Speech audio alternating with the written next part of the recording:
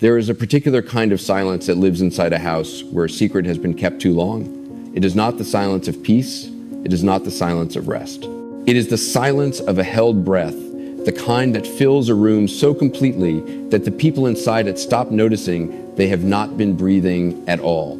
You can walk through that house every morning and set the coffee maker and say good morning and mean it and still not know. You can sit across a dinner table from someone you have loved for 11 years and watch them pass the salt and look at the window over your shoulder and say, it's fine, I'm just tired, and believe them every single time. You can build something together, something real, something with lumber and ledger books and family names above the door, and feel the solidity of it under your hands and think, this is permanent.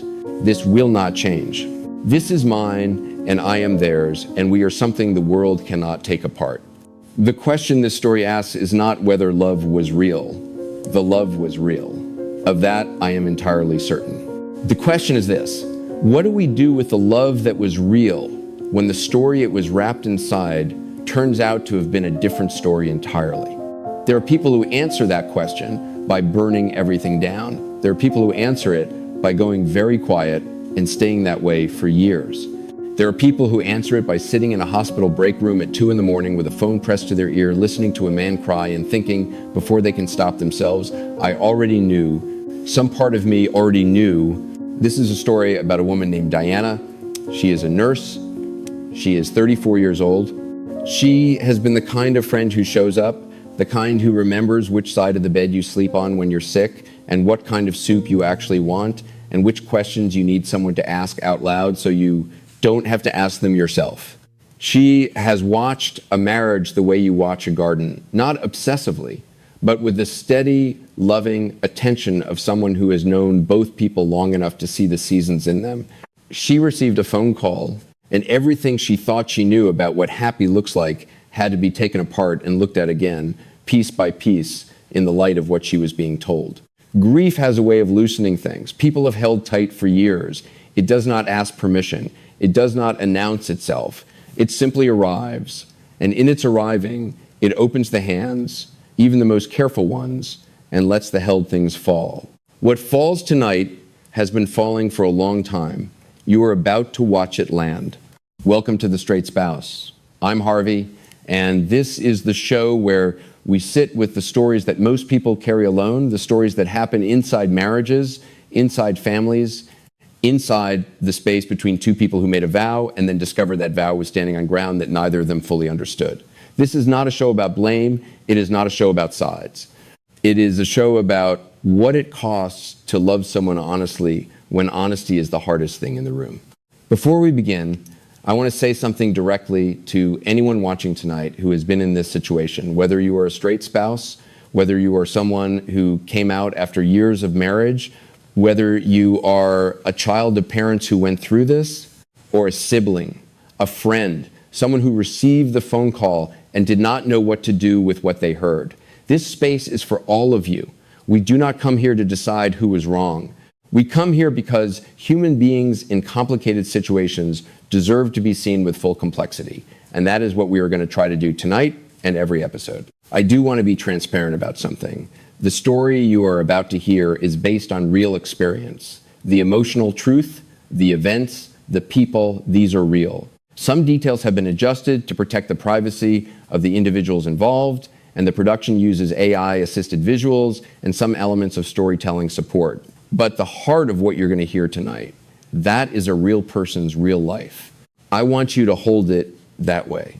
If this story touches something in your own life, if you recognize this, if someone you love has been through this, if you yourself have been through this, I want to gently invite you to subscribe to this channel and share this episode. Not because we need the numbers, though honestly we do appreciate them, but because the person you share it with might need to know that they are not alone in this. That is the whole reason this show exists. Tonight's guest is someone who has known the couple at the center of this story for more than a decade. She is a registered nurse at County General Hospital. She is 34 years old. She is, by her own admission, the kind of person who notices things, the kind who files away details with the quiet patience of someone who has spent years in environments where observation is a matter of life and death. She was not the straight spouse in this story. She was the best friend. And in some ways, I think that position gave her a particular view of what happened that the person at the center of it could not have had. She is also the person who had to make a decision that most of us would not want to make. And she made it in less than 24 hours. Her name is Diana Reyes. Diana, thank you for being here. Thank you for having me, Harvey. I've been thinking about what I wanted to say for, honestly, probably 6 months. Then let's take all the time we need. I want to start somewhere before all of it, before the phone call, before any of what you're going to tell us.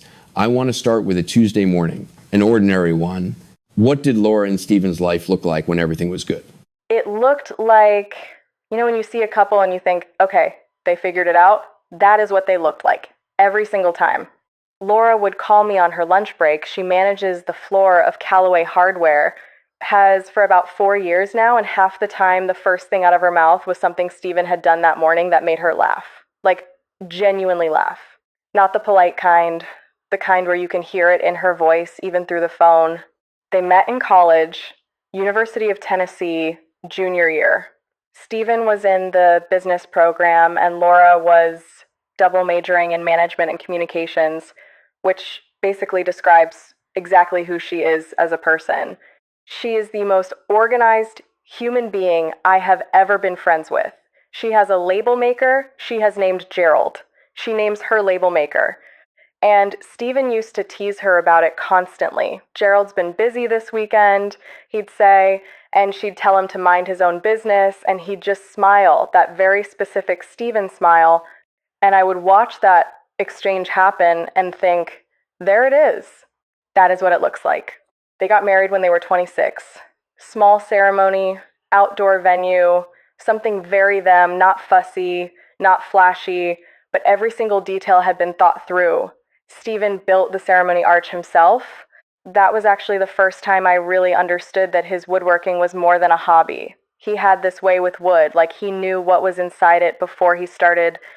He built that arch out of reclaimed cedar from his grandfather's farm in eastern Tennessee, and you could smell it in the heat of the afternoon, and everyone who walked under it kind of paused for half a second without knowing why.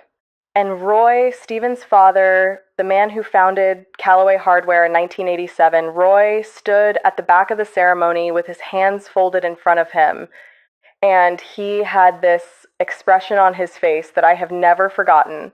It was not just pride, it was something more specific. Like watching something you started arrive at the place you always believed it was going.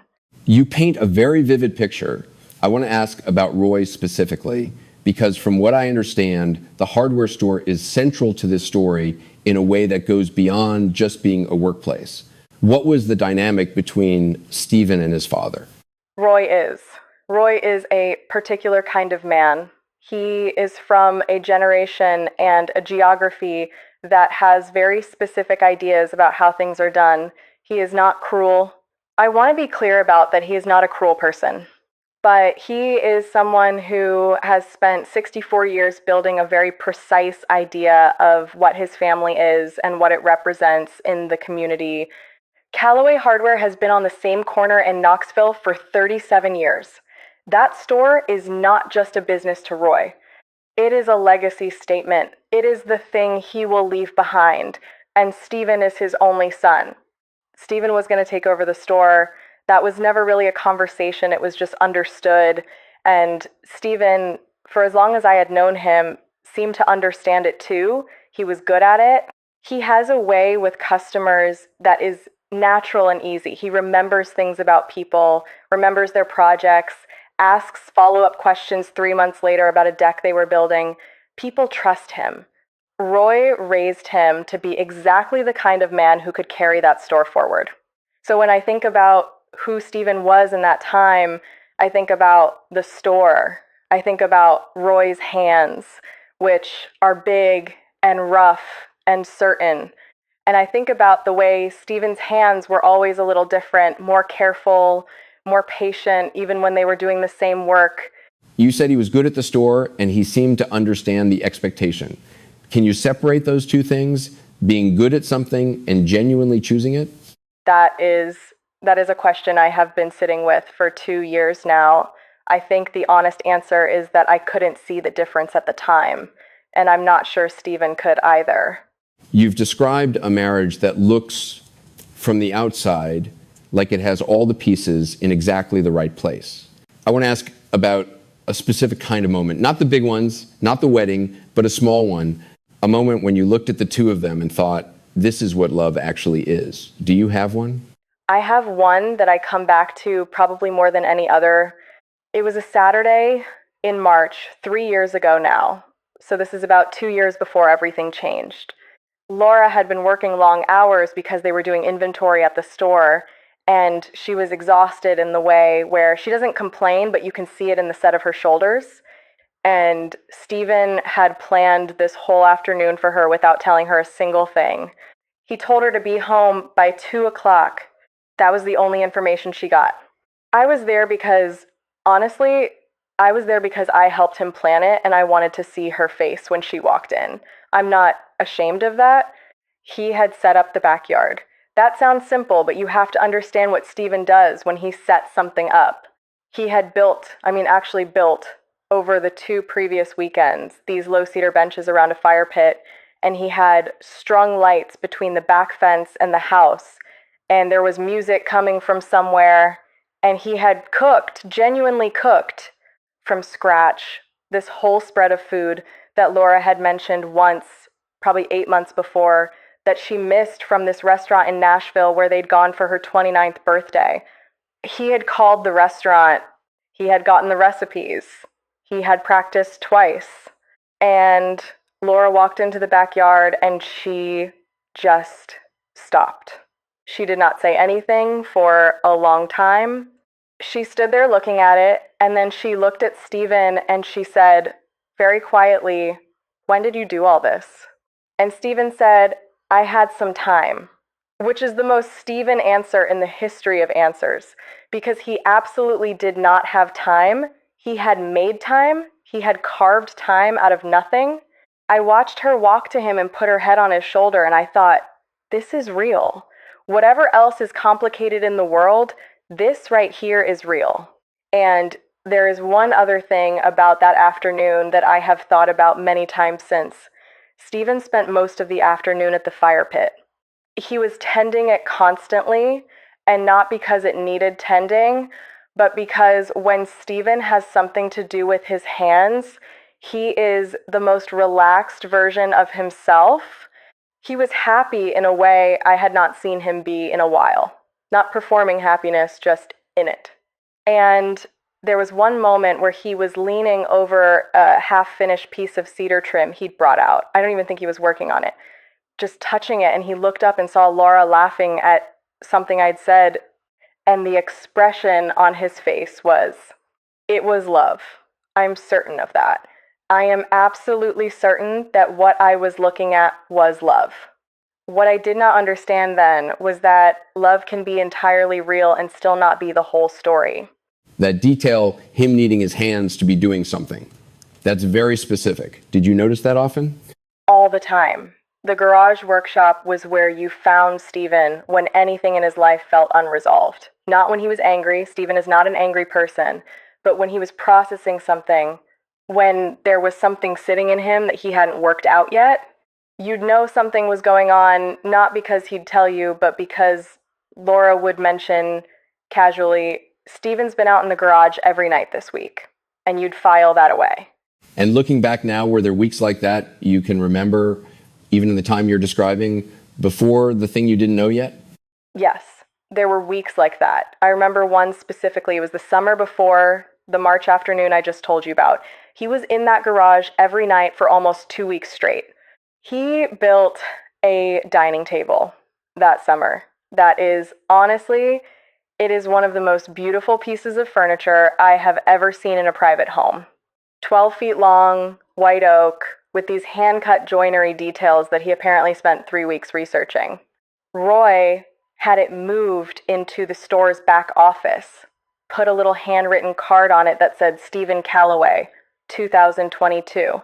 At the time, I thought the table was just the table. Now I wonder what question he was trying to answer when he built it. You mentioned the store anniversary dinner when you first came in, and I know we're going to get there. But before we do, when did things start to feel different? Not wrong, not yet, just different. Different started, it is hard to pinpoint. And I want to be careful here because I think when you know how a story ends, you can look back and make the different feel more obvious than it actually was. I don't want to do that. I want to tell you what I actually noticed. The first thing I actually noticed was in the fall, October, year before last.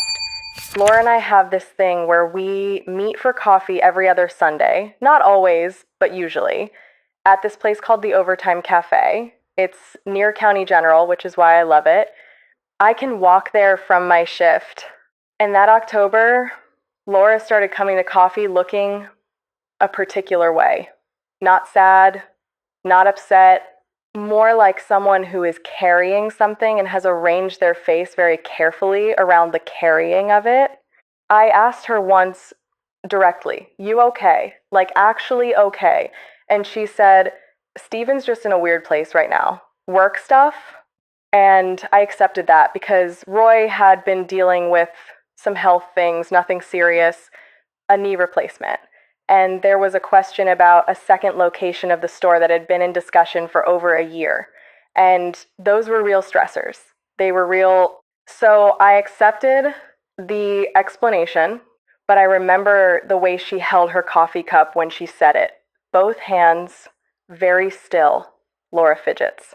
She is a natural fidgeter. She will spin her rings, tap her fingernails, fold and refold her napkin. When she holds something very still, she has decided to hold it very still.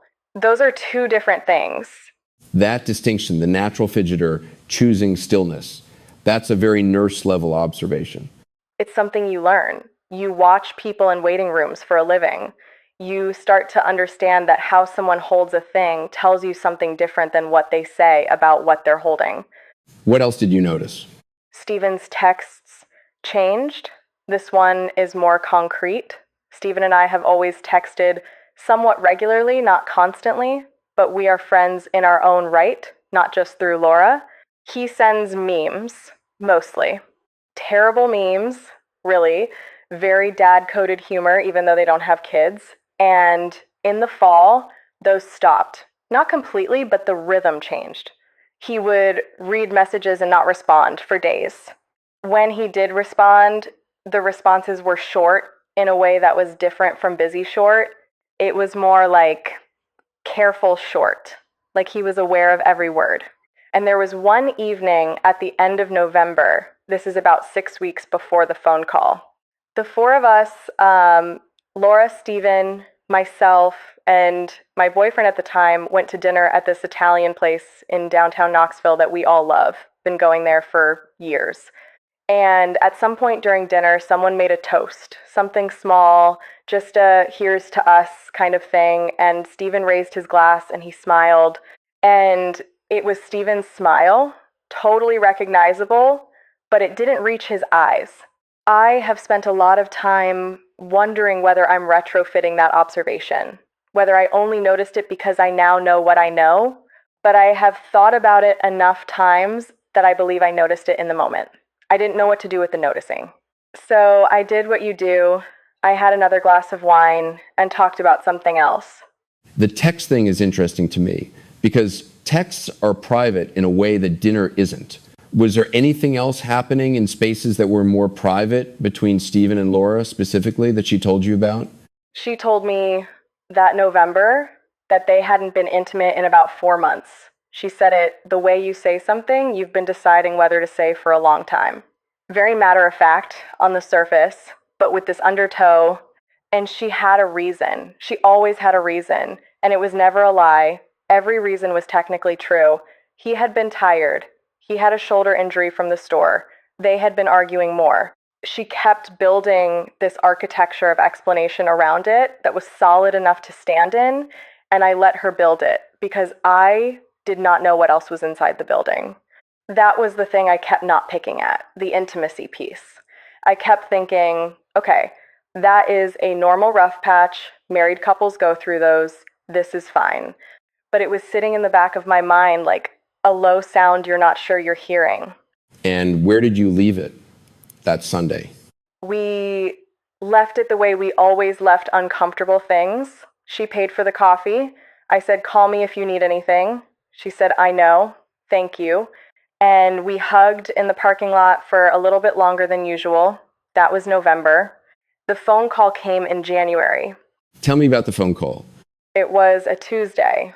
I was finishing a night shift. I'd been on since 7 the previous evening. So it was around 6:45 in the morning. I was in the locker room changing out of my scrubs. My phone buzzes and I look at it and it's Marcus. Marcus Webb. He's been in the same friend group for years. He and Steven went to high school together, actually. So he goes back further with Steven than any of the rest of us do. He's one of those people who sees more than he says. You know the type. He watches, he files things away. He's not unfriendly, but he doesn't volunteer much. Marcus does not call people, he texts. That is just who he is. So when I saw it was a call and not a text, I answered immediately. I've never heard Marcus Webb sound like that. He sounded like someone who had been holding something very heavy for a very long time and had run out of strength. His voice was thick. Not crying yet, but close. And the first thing he said to me was, "Diana, I need to tell you something. And I need you to understand that I have been trying not to tell you this for 2 years, and I can't anymore." I sat down on the bench in the locker room. My coat was still in my hand. I just sat down, and then he told me that Steven is gay. He did not say I think. He did not say I've heard. He said, "Steven is gay. He has known for years." He came out to Marcus at a camping trip in the summer of 2021, the summer that Steven built that white oak dining table in his garage. And Marcus had kept it because Steven had asked him to. Because Steven was not ready. Because Steven had a plan that he was still 2.5 years later, still in the process of forming, or not forming, or collapsing under the weight of not forming. I remember the quality of the light coming in under the locker room door. I remember that my coat was very cold against my hands because it had been in the locker all night. I remember that someone in the hallway outside laughed at something, and the sound of it was completely wrong for what was happening inside me.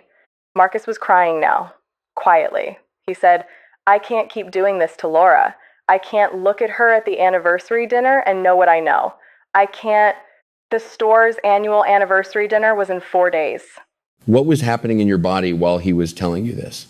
There was this thing that happens sometimes in nursing, and I have thought about this comparison a lot, where you receive information that is very bad, and your training steps in front of your feelings, not suppressing them, just establishing order of operations.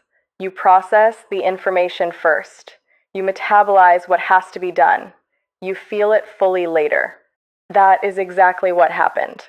I heard Marcus say those words, and there was this immediate, very clear, very cold clarity that moved through me, like a grid coming on. And the first thing the grid said was, "Laura does not know." The second thing it said was, "There is a dinner in 4 days." The third thing it said was, "I have to decide what to do." The grief came later. It came that evening, alone in my apartment, after I had sat with it all day at work and kept it together, and it came the way grief always comes sideways, when you're doing something mundane. I was making dinner, I was stirring pasta, and I thought about Laura standing under that cedar arch at 26 years old, looking at the man she had chosen, and I had to put down the spoon and lean against the counter for a while. But in the locker room, in the moment, clarity. Terrible. Exact clarity. And Marcus, what was he asking of you? Was he asking you to tell her? He was not asking me directly. That is the thing about Marcus. He does not ask directly. He was telling me because he could not carry it alone anymore. He was putting it down by picking up the phone. What happened next was, in a way, my decision to make, and we both knew that without saying it. I said to him, "How long has this been true?" Meaning not just that Steven was gay, but that Marcus knew. And Marcus said, "Since that camping trip, 2.5 years. And then He said, "He's a good person, Diana. He's a really good person who got caught in something he didn't know how to get out of." And I could hear that he believed that completely. And I could also hear that believing it had not made the carrying any easier. We were on the phone for 47 minutes. I know because I checked afterward. And at the end of it, I said, "Let me think." And Marcus said, "Okay."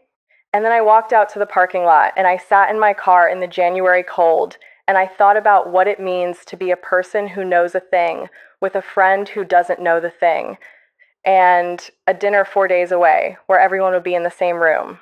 And I thought she deserves to know before she's in that room. But I did not yet know how to tell her.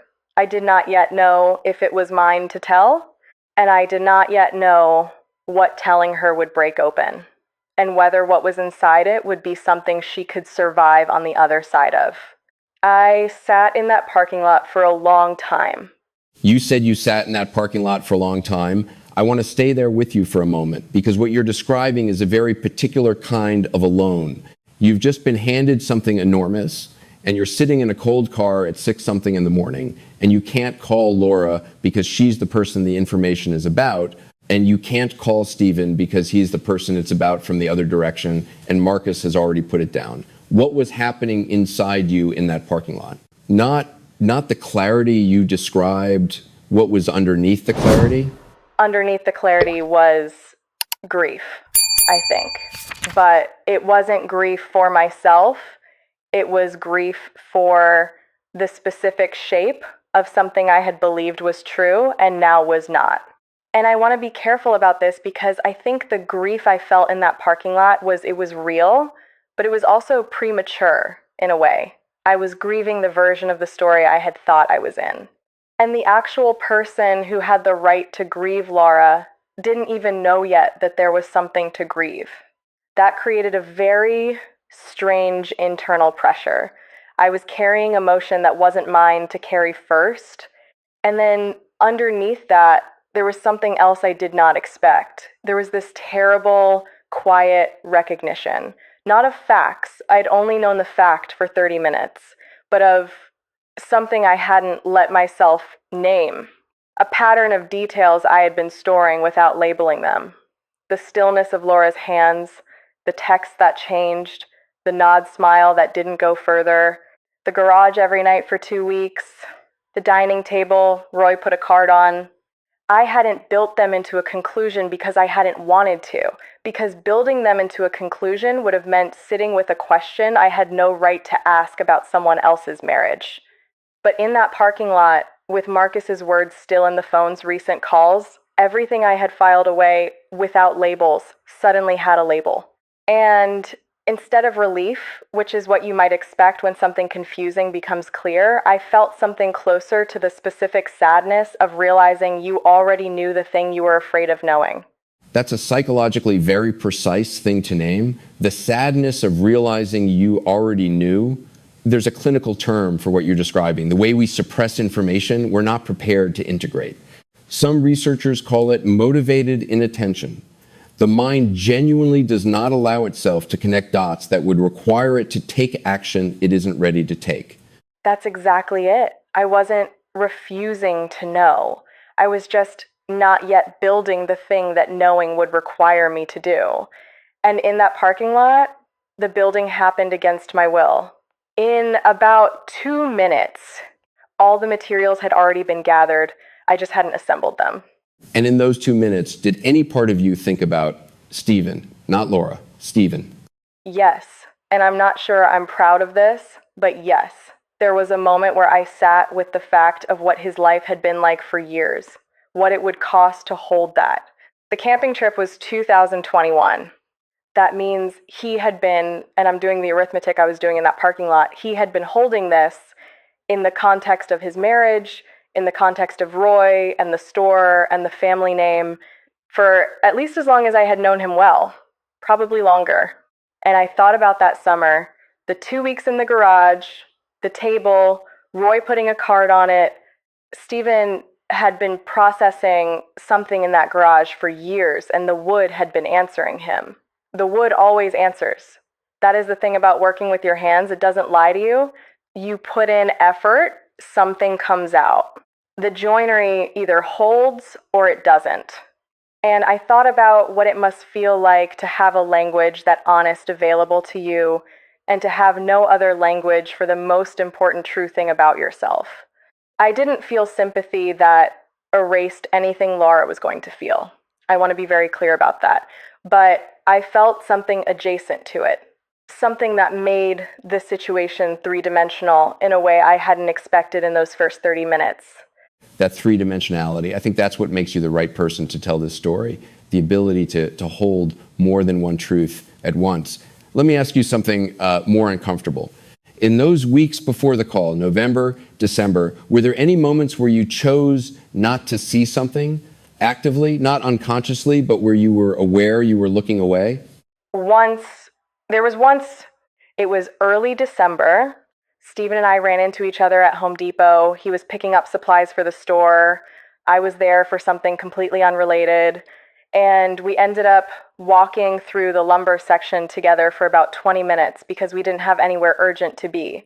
And in the lumber section, Stephen came alive in a way I had not seen him do in months. He was picking up pieces and talking about grain direction, and he knew by smell which boards had been keeling dried versus air dried. And there was this quality of lightness in him that was just, it wasn't performing. It was completely real. And then someone from the store called him, and I watched the lightness leave his face in about 3 seconds. Not replaced by darkness, just replaced by the face of a person who has obligations that are located somewhere other than where they are. I noticed the specific speed of it, 3 seconds for something that had taken 20 minutes to appear. And I thought, for one clear moment, something is wrong with where Stephen's life is located. Not who it's with, where it is. And then I let that thought go. Because what do you do with that thought when you don't know what the actual problem is, and it is not your marriage and not your family and not your business? You let it go. And you let it go. I let it go. And then 6 weeks later, Marcus called me. That call came on a Tuesday morning. The anniversary dinner was 4 days away. I want to understand what the next 4 days were like because you made a decision in that time. Walk me through it. The first thing I did when I got home from the hospital that morning after I cried over the pasta, which I need to acknowledge happened and was the right thing to happen, was that I sat down and wrote a list. I know that sounds very organized for what I was going through, but it's what I do. I needed to see it in front of me. The list had 2 columns. On one side, reasons to tell Laura before the dinner. On the other side, reasons to wait. And I sat with that list for about an hour. And what became clear to me over that hour was that the reasons to wait column was almost entirely made up of what was easier for me. Not for Laura, for me. It was easier not to be the person who said the thing. It was easier to wait and see if Stephen did it himself, because then I wouldn't have to carry it. It was easier to tell myself it wasn't my place. But when I looked at the tell her before column, every item was about Laura. She would be walking into a room with Stephen's entire family. She would be performing a version of her marriage that had already been replaced by a different truth. She would have no agency, no preparation, no choice about how she received this information. It would be sitting in the room like furniture. She didn't know how to move around.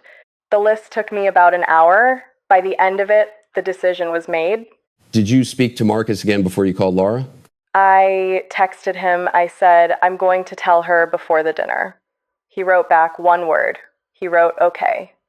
And then after a pause of about 2 minutes, he wrote, tell her I'm sorry. Not for telling you, for all of it. And I've thought about that message a lot. There is something in those 11 words that I think captures exactly who Marcus Webb is in this situation. He was not apologizing for the truth. He was apologizing for the weight of it. And Stephen, did you consider telling him first? I considered it. I decided against it. And the reason I decided against it was this. If I told Stephen I was going to tell Laura, I was handing him the ability to shape what she heard before she heard it from me. He could call her first. He could give her a version that included context and framing that, however well-intentioned, was his framing. And Laura deserved to receive this information without Stephen's framework already built around it. She deserved to stand in front of it unobstructed and form her own first response. That was my reasoning. I hold it still. I also hold the knowledge that Stephen found out that evening after I had spoken to Laura, and that his response to finding out was not what I expected. But that comes later. It does. Let me ask you something before we get there. In the 2 days between when you made that decision and when you sat across from Laura, what were you afraid of? I was afraid she would not believe me. That was first. I was afraid she would think I was wrong, or that Marcus was wrong, or that there was some other explanation, and that she would defend the marriage against the information in a way that would strand her alone with knowledge she had not yet accepted. I was afraid she would believe me immediately, and that the belief would arrive so hard and fast that I would not be able to catch it with her. I was afraid of the moment on the other side of the conversation, the moment after, when she would have to decide what to do with knowing. And I would be sitting across from her, and I would be whole, and she would be in pieces, and I would not be able to hand her anything that would help. I've been a nurse for 9 years. I have held people in the worst moments of their lives. I have been the one standing in the hallway when a family gets the worst possible news. I know what that room feels like. I know what it costs to be the person delivering. And still, in the 48 hours before I sat down with Laura, I was more afraid than I have ever been before any patient I have ever helped through any hard thing, because she wasn't a patient. She was my person, and I was about to take a piece of her world apart, and I did not know yet if I had the right. Tell me about the moment you told her. We met at her house. I called her on Wednesday morning and I said I needed to come over. She asked if everything was okay, and I said, there's something I need to talk to you about and I want to do it in person. And she went quiet for a moment. Laura is smart. She is not someone who misses the shape of things. She said, okay, come over at noon. I drove to her house on Maple Ridge. It's a neighborhood outside Knoxville, older houses, big yards, the kind of street that still has kids playing outside. They had bought the house in the fall of the year. They got married, and Stephen had spent that first winter rebuilding the back porch himself. I'd helped him carry lumber for 2 weekends. I knew that house the way, a place you've spent 10 years walking into.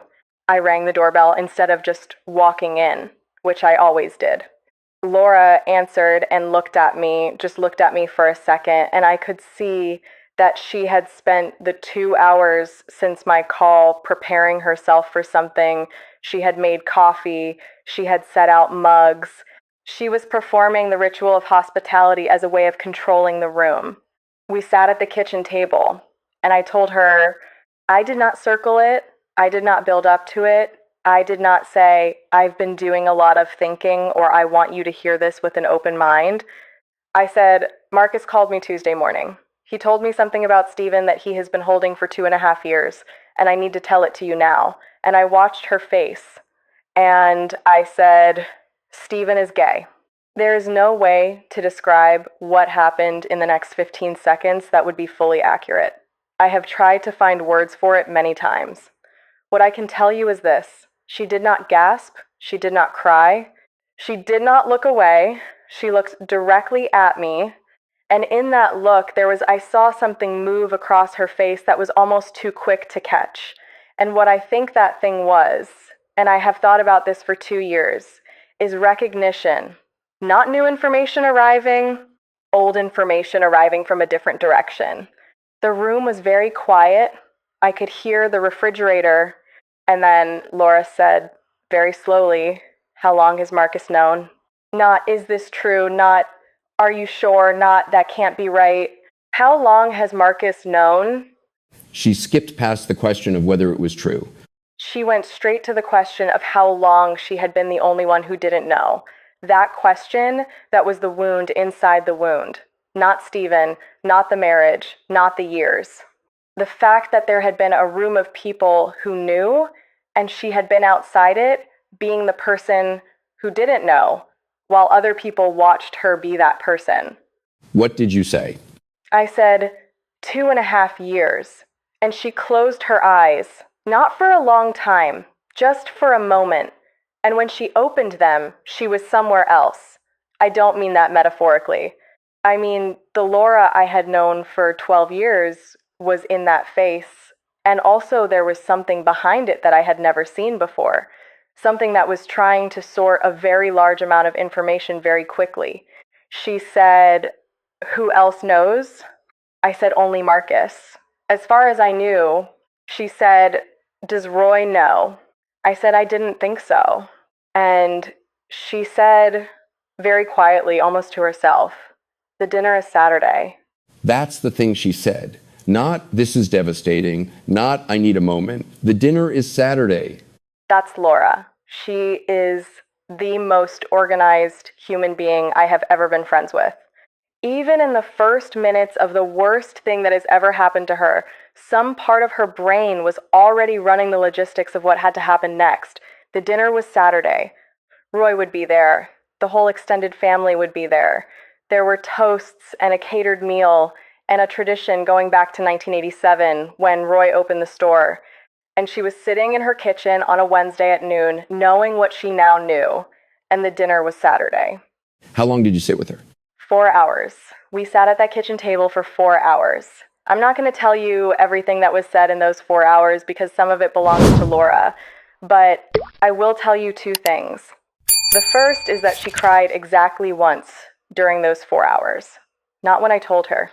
About 90 minutes in, after the shock had settled enough for the grief to find a way through it, she cried for about 3 minutes. And then she stopped, and she looked at me, and she said, "Does he know I know?" And I said, "No." And she said, "I need to be the one to talk to him first." Not a question. A statement of what was going to happen. And I said, "Okay." The second thing I will tell you is that Laura asked me at some point in those 4 hours whether I thought Stephen had ever loved her, whether the marriage had been, she used the word constructed, whether it had been constructed, whether she had been a plan. I thought about the backyard, the cedar benches, the food from the Nashville restaurant, the way Stephen had said I had some time when everyone in the room knew he had made the time from nothing. I said, "I think what Stephen felt for you was as real as he knew how to make it. And I think the reason he stayed as long as he did and didn't know how to leave was because of how real it was." And she looked at me for a long time and she said, "I'm going to need to think about that." And then she said, "Don't leave yet." So I didn't. I'm going to sit with that for just a moment before we go forward, because what you just described Laura doing, the question about whether the marriage was constructed, the immediate pivot to logistics, the single 3-minute cry that is a portrait of someone whose coping mechanisms are extremely functional and extremely costly. She was keeping herself operational. And you, as a nurse, would have recognized that. I recognized it. And I made a deliberate decision not to comment on it in that moment. Because what Laura needed in that kitchen was not a clinical observation. She needed someone to sit across from her and stay in the room. The time for helping her slow down would come. That Wednesday afternoon was not it. There is a thing in nursing, in emergency nursing specifically, where you make a choice about which intervention happens first. And the first intervention that Wednesday afternoon was presence. Just being another warm body in the room that loved her and was not going anywhere. She spoke to Stephen that evening. She called me at 10:30 that night. I had been home maybe 3 hours. I had been sitting on my couch, unable to do anything productive, just waiting for the phone. And she called. She said, "I talked to him." She did not say how long they talked. She did not tell me most of what was said, but she told me 3 things.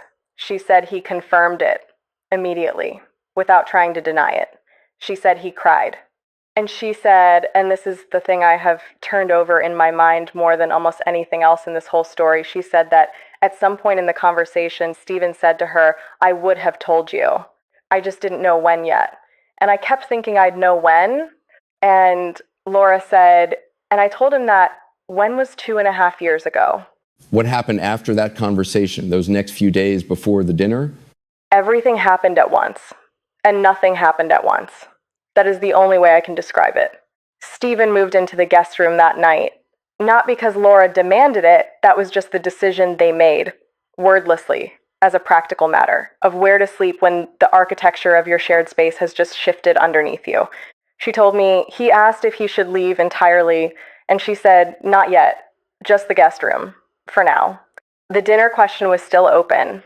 Neither of them had resolved it by Thursday morning, and I got a call from Laura on Thursday at 8 a.m., and she said, I think we have to go. And I said, to the dinner? And she said, yes. And I said, tell me you're thinking. And she said, because if we don't go, Roy will know something is wrong. And Roy, knowing something is wrong before Stephen and I have figured out how to tell him, or whether to tell him, is not how this goes. We get to control the order of this, not the dinner. She was protecting the order of information. She was protecting Stephen's ability to come out to his father on his own terms, even 48 hours after finding out, even with everything she was carrying. She was thinking about Stephen's ability to have that conversation with Roy the way Stephen needed to have it. I asked her on the phone that Thursday morning, I said, are you doing that for him? And she was quiet for a long time. And then she said, I'm doing it because it's the right thing to do. Those are not always the same thing. Right now, they are. I didn't know what to do with that. I still don't fully. I think it is one of the most precise and honest things I have ever heard a person say about why they make the choices they make.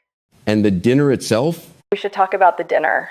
Roy had reserved the back room at Callaway's Steakhouse, not affiliated with the family, just a coincidence of name that Roy had always found privately amusing. It was a Saturday evening in January. Cold outside, warm inside, the way January evenings in Tennessee get warm when there's family and food and a tradition behind it. The walls of that back room had been decorated with photographs of the store from every decade. Roy behind the original counter in 1987. Stephen as a teenager working summers. The two of them at the register the year they expanded the floor space. There were 14 people in that room. Roy made a toast. He talked about what 37 years of a business means in a community. He talked about what it means to pass something on to someone you trust completely. He looked at Stephen when he said it. And Stephen looked back at him, and I was watching Stephen's face across the table, and I was watching Laura's face next to me, and I was the only person in that room, other than Stephen and Laura and Marcus, who knew what was sitting underneath the surface of that toast, like a current of cold water under ice. Marcus was across the table. He and I did not make eye contact once the whole evening. It was a very deliberate choice on both our parts. What did Stephen look like during the toast? He looked like a man who had made a decision. I don't know exactly what decision, whether it was the decision to get through the evening or a different decision that I would only understand later. But there was something in his face that was different from the face I had seen at dinner in November, the one that smiled without arriving in the eyes. This face was present, fully present, and also very, very still. Roy finished his toast, everyone raised their glasses, and Stephen raised his glass and said, to you, Dad, and to what you built. And his voice was steady. I held my breath for the whole toast. I didn't realize I was doing it until it was over, and I let the air out. After dinner, in the parking lot, Laura and Stephen walked to their car, and I watched them from 20 feet away. They did not hold hands, but they walked at the same pace, and before she got in the passenger side, Laura stopped for a second and looked up at the sky just for a moment, and then she got in the car. I have thought about that moment many times, what she was looking at, what she was looking for. And then the days after the dinner, that is where the real weight lands, isn't it? That is where the real weight lands. Tell me what broke open after. Everything is the short answer. The week after the dinner, Stephen told Roy. I was not there for that conversation. Laura was not there either. Stephen had asked for that specifically, and she had agreed for the same reason she went to the dinner. He needed to be able to do it in his own words, but she told me afterward what Stephen had told her about it. And what she told me was this: Roy did not speak for a very long time. And then Roy said, "Are you sure?" And Stephen said, "Yes." And Roy said, "How long have you known?" And Stephen told him. And Roy left the store without saying anything else and drove home and did not answer his phone for 3 days. 3 days. 3 days of silence. Roy is not a cruel man. I want to keep saying that because it is true and it matters. He is also a man for whom silence is not absence. Silence is communication. Roy going home and not answering the phone for 3 days was Roy processing the single most disorienting piece of information of his 64 years of life. And when he came out of those 3 days, what he did was this. He called Stephen and he said, "I need more time. Not I disown you, not you're out of the store, not any of the catastrophic things that were possible from a man of his generation and his geography. I need more time." That's Roy. That is the whole of Roy in 2 sentences. It is not warm, but it is not the worst thing. And in the context of what was possible, it was Laura told me she cried when Stephen told her what Roy had said. Because I need more time means there is time to need. It means the door is still there. What was happening with Laura in that same period? Laura was doing what Laura does, which is function. She went to work. She managed the store floor. She fielded questions from employees about why Stephen was less present that week, and she did it with the particular competence of someone who has spent years managing a public-facing business and knows how to maintain a version of things that holds. From the outside, in those first 2 weeks, you would not have known. I knew. I was talking to her every day, sometimes twice, and what I heard underneath the functioning was this. She was not sleeping. She was waking up at 3 a.m. and lying very still in the dark. This is exactly how she described it to me because moving felt like it would make noise and the noise would make it real. She had this belief in those first weeks that if she was very still and very quiet, she might be able to exist in the space between knowing and having to act on knowing. Like the moment between a diagnosis and the first treatment decision. She was trying to stay in that moment. You've named a real psychological phenomenon there, the pause between knowing and deciding. Some clinicians call it the liminal state, the threshold space. And it can be both protective and costly, depending on how long it lasts. That is exactly the right way to describe what Laura was in. And I watched her be in it, and I did not try to move her through it faster than she needed to move, because she is not someone you move. She is someone who moves herself when she is ready. My job was to stay close enough that when she started moving, she knew I was there. The marriage, what was happening with the marriage in those weeks? Stephen was still in the guest room. They were talking more than I would have expected, honestly. Laura told me they were having conversations that they had never had in 11 years of marriage. Not about the secret, though that was in everything.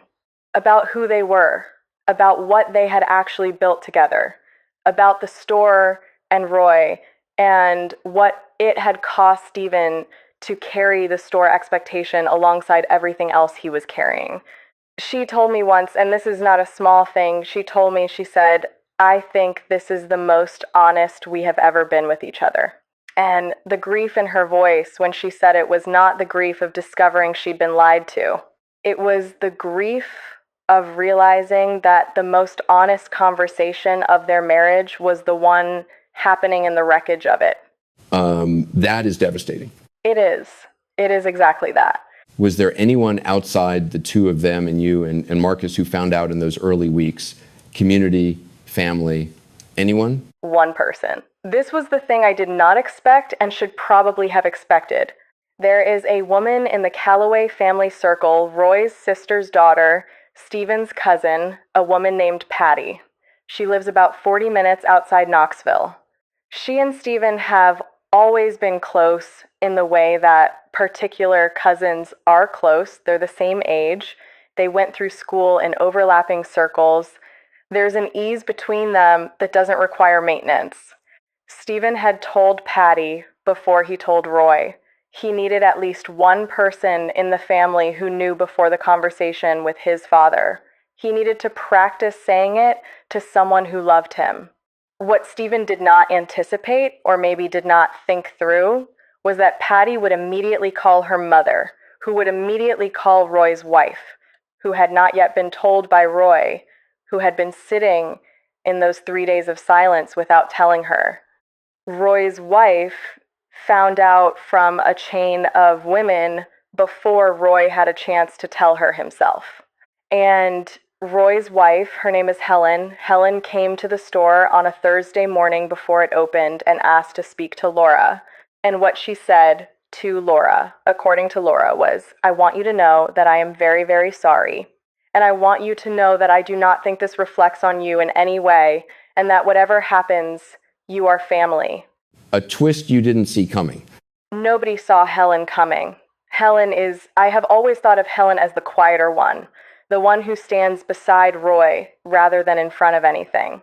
But something about this situation brought out in her a very specific, very direct kind of love.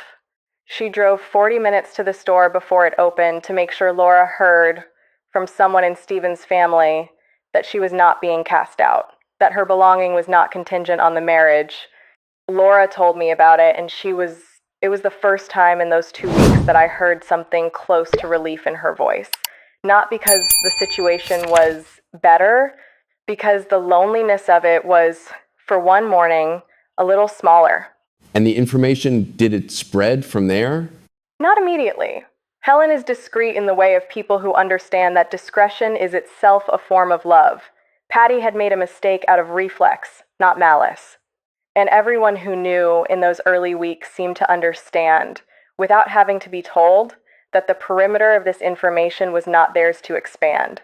But you cannot hold things like this forever. It is not in the nature of small communities to hold things like this forever.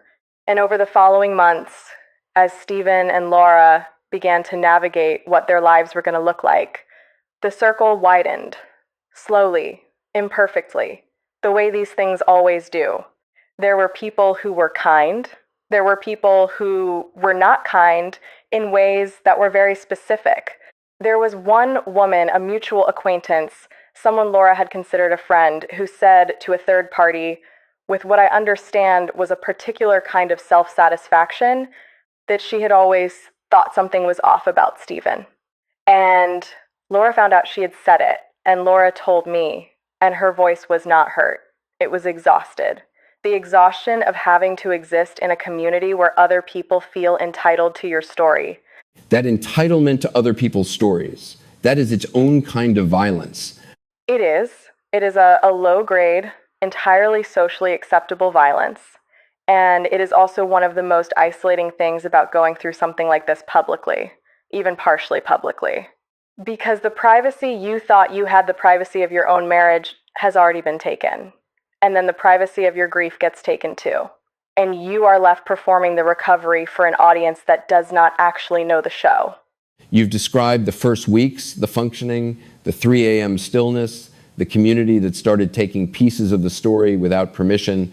I want to ask about the longer stretch, the part that doesn't have a clear event attached to it. What did living through this actually look like for Laura on a Tuesday in March, 3 months in? 3 months in was when the performing stopped being sustainable. The first 2 months, Laura had the adrenaline of crisis. There is something clarifying about a crisis. When you are a person who functions well under pressure, the tasks present themselves clearly, you move through them, you feel the progress of each decision. Tell Stephen, attend the dinner, give Roy time, manage the store, manage the information. These are actionable things, and Laura is extraordinarily good at actionable things. But by month 3, the acute phase had passed, and what was left was the interior work, the questions that don't have a task attached to them.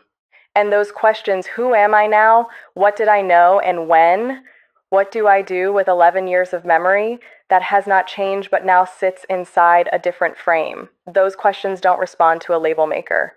You cannot organize your way out of grief.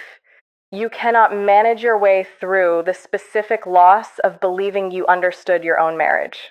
I remember the first time she called me in that period and didn't have anything specific to report. She just called, and the call lasted 2 hours. And most of what we talked about was nothing. We talked about a documentary she'd been watching and a patient I'd had that week who reminded me of her grandmother and whether the new coffee place near the hospital was worth the prices. We talked about nothing for 2 hours, and at the end of it, she said, I needed this. I just needed to be on the phone with someone who already knows everything and doesn't need me to explain.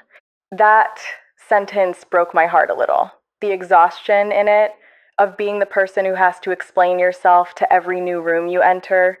You've been describing Laura for this entire conversation with tremendous specificity. I want to ask, how are you doing in this period? You're the best friend. You were the person who received the information first, who made the decision to tell her, who sat with her for 4 hours. What was the cost of that for you? I don't talk about this much, but honestly, I was not okay in that period in ways I didn't fully acknowledge to myself. I was sleeping badly. I was short-tempered at work in ways that are not like me. My charge nurse asked me twice if everything was all right. I had this recurring thing where I would be in the middle of a completely normal activity and suddenly I would think about that January parking lot and I would be back in it and whatever I had been doing would feel very far away. It was not PTSD in a clinical sense. I want to be careful not to overstate it, but it was the residue of being a carrier of someone else's pain before they were able to carry it themselves. And there was something else. There was a period, probably weeks 4 through 8, where I was angry. Not at Stephen, not at Laura, not at Marcus, just angry at the shape of the situation, at the amount it was costing everyone, including people who never asked to be in the middle of it. Roy's 3 days of silence, Laura's 3 a.m. stillnesses, the woman who said she always knew something was off, the 14 people at a dinner table who will spend the rest of their lives remembering that evening differently now. I didn't know where to put the anger, so for a while I put it nowhere, which is its own cost. What moved you out of that? Laura did, actually, indirectly. It was sometime in April. We were back at the Overtime Cafe, back to our every other Sunday rhythm, which felt like a small act of restoration, and she told me she had started seeing a therapist. Not a couples therapist, not a crisis counselor. She had found a therapist who specifically works with straight spouses and mixed orientation marriage. And she said something about what therapy was giving her that I found I'm still thinking about it. She said the therapist had told her something like, the grief you are feeling is not just for the marriage, it is grief for the self who trusted, for the years of trusting. And that self deserves to be mourned on her own terms, not just as a casualty of the marriage. And I thought, sitting across from her at that cafe table, that is also what I need to hear. Maybe not from a therapist, but from somewhere. I went home that Sunday and I wrote in my journal for the first time in probably 3 years. I wrote for about an hour. I wrote about the January parking lot. I wrote about the 4 hours at the kitchen table. I wrote about the anger I didn't know where to put. And at the end of it, I sat back and I thought, okay, there it is. It's outside now. It doesn't have to live in me anymore. It wasn't a cure. It was a beginning. Was there a specific moment, not the journaling, but an actual moment in a real place when you felt like you could breathe again? Yes. And it surprised me when it happened. It was a Saturday morning in May. I was at the farmer's market on Market Square. It's this outdoor market in downtown Knoxville that I love. Early summer, it smells incredible. There's a woman there who sells honey that is the best honey I have ever had in my life. And I was walking through it early, before it got crowded, And the light was doing that thing early morning light does in Tennessee in May, where it comes low and golden through the buildings. And there was bluegrass music coming from somewhere, just one guy with a guitar, nothing fancy. And I stopped at the honey stand, and the woman there asked me how I was doing, not as a pleasantry. She actually looked at me and asked, and I said, "I'm okay, actually." And I meant it. For the first time in 4 months, I meant it with no qualification. It didn't mean things were fine. It didn't mean Laura was fine. It meant that I specifically, at that specific moment, standing in the early morning light on Market Square with the honey and the bluegrass, was okay, and that was allowed. That being okay when things were still hard for someone I loved was allowed. I cried a little, standing there. Probably confused the honey woman, but it was the good kind of crying, the kind that releases rather than fills. Diana, let me ask you about something that I think is maybe the most complicated part of all of this. There's a man at the center of this story, Stephen, who you've described with consistency and care throughout this conversation. You've never called him a villain. You've never called him a liar, though by most definitions, he was withholding truth. What does your relationship with Stephen look like now? What do you think about him? My relationship with Stephen is it is not what it was. It cannot be what it was. Because what it was built partly on a shared story about his marriage that I now understand differently. That changes the texture of everything, including things that had nothing to do with the marriage. But it is also not nothing. We have not stopped being in each other's lives.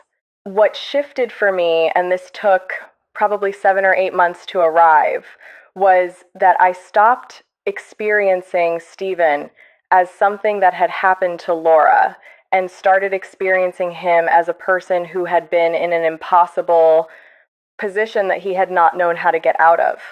Not innocently, I'm not naive about the cost of what he did, the 2.5 years, the knowledge that Marcus carried, the 3 days of Roy's silence.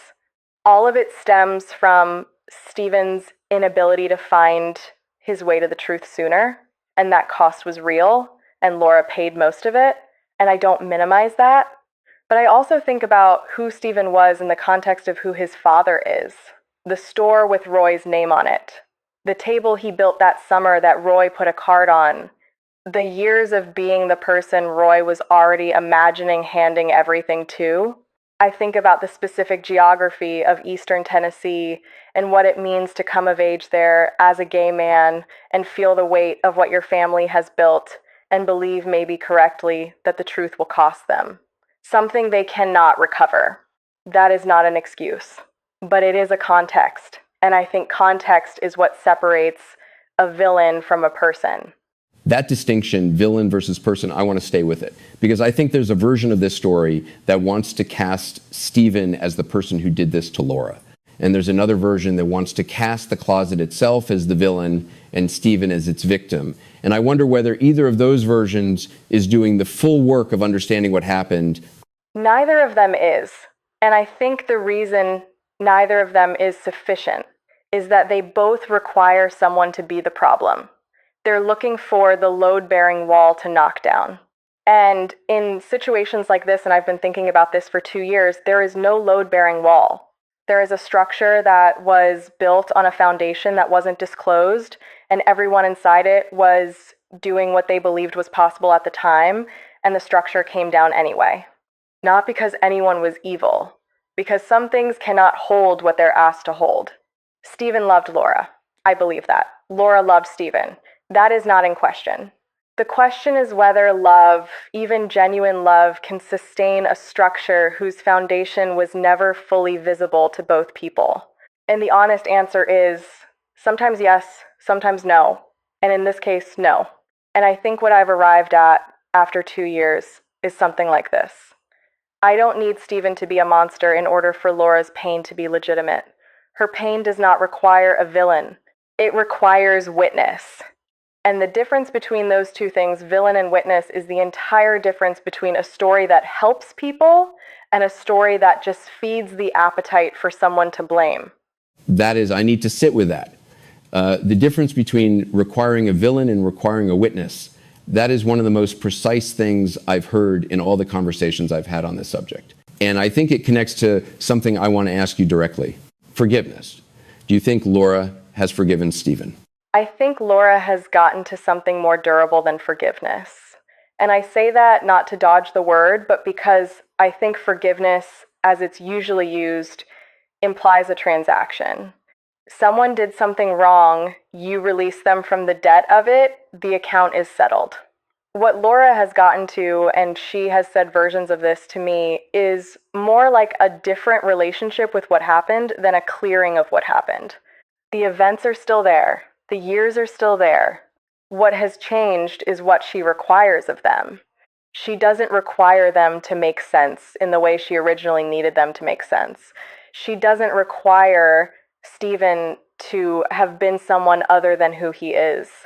She has, and I think this is the hardest thing a person can do, she has made room for the full complexity of it, including the parts that will never be fully explained and never fully resolved. That is not forgiveness in the transactional sense. It is something quieter and harder and, I think, more honest. And you? Have you forgiven Stephen? I think I've forgiven the version of Stephen I built in my anger. The version that was purely an agent of harm. That version was never fully real, and I don't need to maintain it. The real Stephen, the one who sent terrible memes, who built things with his hands, who stood in a parking lot on a cold Saturday morning and said, I had some time when everyone knew he had made the time from nothing, that person I never stopped caring about, even when I was most angry. And caring about someone who hurt someone you love is one of the most uncomfortable feelings available to a human being, but I've stopped trying to resolve the discomfort. I've just let it be there. Diana, tell me where things are now, not the theory of it. Where are you? Where is Laura? Where is Stephen? What does a Tuesday look like? A Tuesday looks like Laura manages the store. She has been offered co-ownership as part of the divorce settlement, and she accepted. Callaway Hardware is now legally and operationally partly hers. Roy agreed to it without a long negotiation. I think he understood in the way that Roy understands things, not warmly but completely, that Laura had put years of herself into that store and that what she had built there was real, regardless of what had happened in the marriage.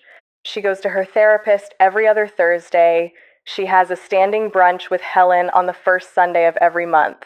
Helen, who drove 40 minutes before the store opened to say, you are still family. That relationship, the one nobody predicted, has turned out to be one of the steadiest things in Laura's life since all of this happened.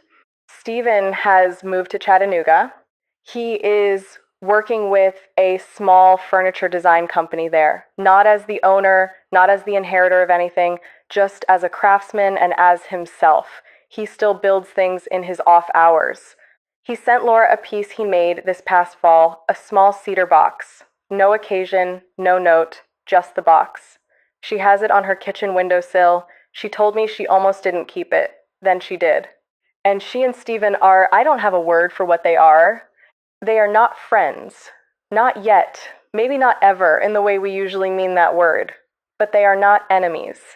They are two people who built something together that mattered and that ended, and who are trying to figure out what you call the relationship that lives on the other side of that.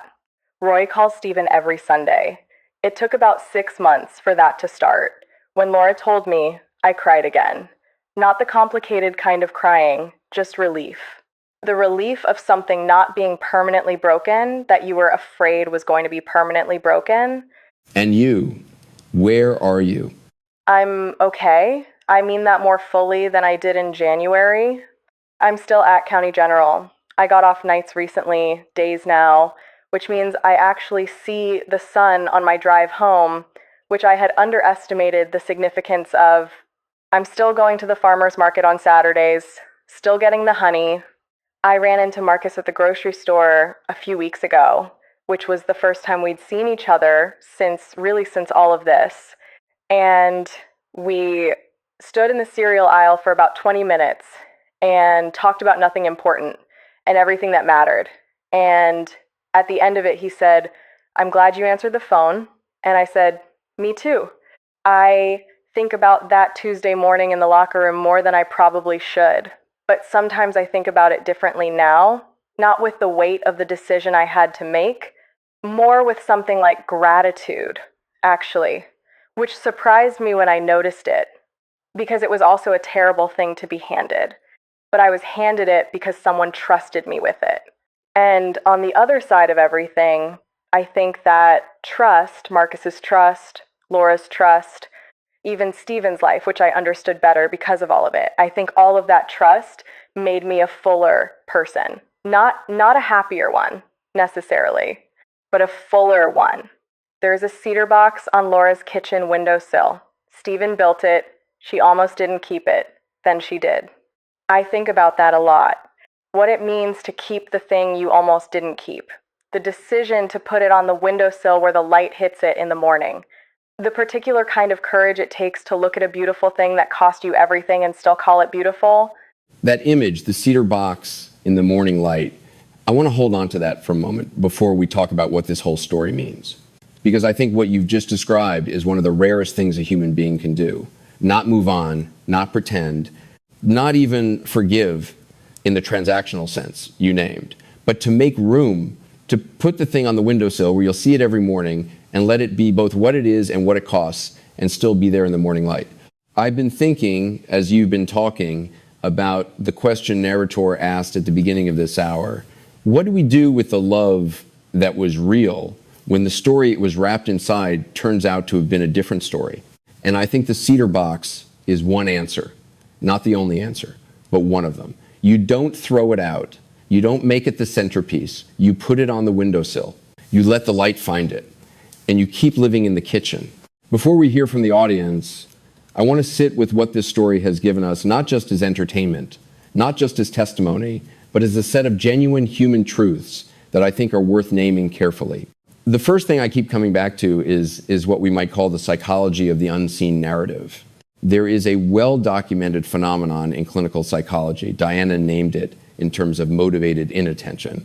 But it also appears in research on dissociation, on trauma avoidance, on what happens when the mind is confronted with information that would require a complete restructuring of its understanding of reality. The brain does not simply suppress this information. It does something more sophisticated. It holds the data, files it away, and does not allow the assembly of the data into meaning. Because the meaning, once assembled, is permanent. You cannot unassemble it. Diana described the moment in that parking lot when the meaning assembled against her will in 2 minutes. That 2 minutes is not instantaneous. That 2 minutes was years of unfiled data finally finding the folder. This is not weakness. This is one of the brain's most protective functions. And understanding it as protective rather than as failure or denial changes the conversation about what these families could have known and when. The second thing I want to name is what Laura did at the dinner. I've been in dozens of conversations about mixed orientation marriages, and the behavior I see most described is the collapse of agency, the feeling that everything is now being done to you rather than chosen by you. What Laura did, making the decision to attend the dinner in order to protect Stephen's ability to come out to his father on his own terms, 48 hours after her world had come apart, is one of the most extraordinary acts of decency I have encountered in these conversations. She was in terrible pain. She had not yet processed what had happened, and she chose to protect the dignity of the man who had withheld the truth from her for years, not because she had no right to her anger, but because she decided clearly and consciously that the right thing and the painful thing were in that moment the same thing, and she was going to do both. The clinical term for this kind of chosen action in the face of pain is values-based behavior. You act not from what is easy, but from what is aligned with who you understand yourself to be. It is the core of a therapeutic model called acceptance and commitment therapy, or ACT, which holds that psychological health is not the absence of pain, but the continued ability to move toward what you value, even while carrying pain. Laura, sitting in her kitchen on a Wednesday at noon with the worst news of her marriage, was already practicing something that most people spend years in therapy learning to approximate. The third thing, and this one I think is hardest, is what Diana said about requiring a villain versus requiring a witness. There is an entire industry of narrative in television, in true crime, in social media, storytelling, that depends on the villain. the person who did the bad thing, the clear culprit, the satisfying focus for our outrage. And these stories, the ones about mixed orientation marriages, the ones about families navigating, someone's coming out, the ones about the collision of identity and commitment, these stories are particularly vulnerable to being flattened into villain narratives because they have a built-in candidate for the role. The person who knew and didn't tell. The person who let others live inside a story that had a different story underneath it. But what Diana has given us tonight is something more demanding than a villain narrative. Thank you for asking the right questions. We received so many responses after the preview of this episode, and I want to share some of what came in, because this community always finds dimensions in these stories that I don't see alone. Sarah from Baton Rouge, Louisiana writes this, and I'll say this is a message I read probably 4 times before tonight. I am sitting here 13 months out from the day I found out about my husband of 16 years. 13 months. And the thing that broke me open in Diana's story wasn't the discovery scene. It was when she described Laura going to the anniversary dinner 2 days after finding out to protect Stephen's ability to come out to his father on his own terms. Because I did something similar and I have spent 13 months convinced that made me a fool, a doormat. Proof that I had been so conditioned to take care of everyone else that I couldn't even have my own rage at the right moment. But hearing Diana frame it as values-based behavior, as choosing to act from who you are even when you're in pain, I cried for the first time in months. Not because I'm sad, because I've been carrying the shame of my own decency and I didn't know that's what it was until tonight. I don't know what to do with that yet, but I know something shifted. Thank you. That kind of honesty deserves to sit for a moment before I move on. Marcus from Tulsa, Oklahoma writes with a different kind of weight. My wife of 22 years recently told me she had known something was different about herself since before we married. I am a deacon in my church. I love my wife. I also believe from my faith that marriage is a covenant made before God that is not meant to be dissolved. I am holding all of this at the same time, and I do not have a community that can hold it with me, because my church community would ask me to make a choice about which truth to honor, and I am not prepared to make that choice yet. I watched this episode in my car in the church parking lot before the Wednesday service because it was the only private space I had. I'm not sure what I believe about any of this yet, but I needed to hear that someone else had sat in a parking lot trying to figure out what to do with what they now knew. I hear you, Marcus. I don't have the answers your situation requires. But the parking lot, you are not alone in it. Silent Deconstructing writes, with no location listed. I've watched a lot of content about mixed orientation marriages, and I want to be honest about something this episode doesn't fully sit with: the asymmetry of what was asked. Laura is being praised implicitly for her grace and her dignity and her values-based behavior. And yes, those things are real and they are admirable, but no one is asking what Stephen asked of her. He didn't just withhold the truth. He allowed her to invest 11 years of her identity into a story about her marriage that he knew was incomplete. Every decision she made in those 11 years about children, about career, about what she needed from intimacy, about who she was as a woman in relation to a man, was made inside a context he knew was false. Laura's grace is real, but so is the scale of what she was asked to be graceful about. I'm not sure the episode fully sits with that. I'm not sure I am either. I'm not going to resolve that tension because I don't think it should be resolved. It is the right tension to sit with. James from Nashville, Tennessee. And I want to read this one carefully because James writes from the other side of this story. I am 51 years old. I came out to my wife 11 years ago after 14 years of marriage. My daughter has just started college. I've been watching content like this for years, looking for the conversation that doesn't make me the monster. And I want to say something that I don't know how to say without it sounding like I'm minimizing what my wife went through. The closet is not a moral position. I did not stay closeted because I was cruel. I stayed closeted because I was terrified, and because I grew up in a world that taught me that who I was would cost everyone I loved, something they could never recover. And because by the time I understood that the cost of staying was also enormous, I had a daughter I would die for and a wife I genuinely loved, and I did not know which direction losing everything was going to come from. I have spent 11 years carrying what I did to my wife. I will carry it the rest of my life. What I needed from this episode and what Diana gave me was the specific woodworking detail. The garage, every night for 2 weeks. The dining table Roy put a card on. Someone who understood that the wood was answering questions I couldn't ask anywhere else. Someone who saw that without requiring it to excuse everything. Thank you, Diana. Thank you for that specific detail. James, I'm glad you found it. And I want to note, for those who noticed, that James's experience speaks directly to something Diana named when she talked about Stephen's relationship with his hands. The wood always answers. I have not stopped thinking about that sentence. Priya from Portland, Oregon, writes with a sharp observation. I noticed that the word forgiveness came up repeatedly in this episode, and that it was always framed as something Laura may or may not achieve, something Diana may or may not extend to Stephen, something the audience is meant to wonder about. And I want to name something. The forgiveness conversation in stories like this consistently places the burden on the person who is harmed. Laura is the one whose emotional processing we're tracking. Diana is the one asking herself what she owes.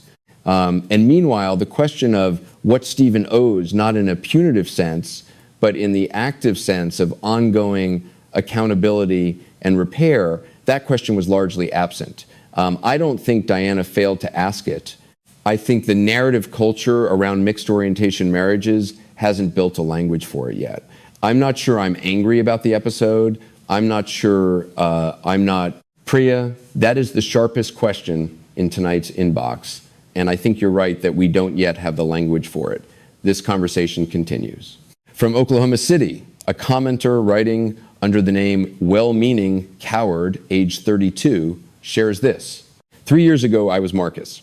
I knew something about a friend's marriage, and I did not tell. I told myself it wasn't my place. I told myself it would work itself out. My friend found out from someone else. 18 months later, at the worst possible moment, she has forgiven me. I have not forgiven myself. I watched Diana decide in 48 hours to do what I couldn't do in 18 months, and I have been sitting with that for the last hour. I don't have a clean ending to offer. I just wanted to say, if you are currently the person who knows this episode is asking you a question, you know what it is. That is not my commentary to add to. That stands entirely on its own.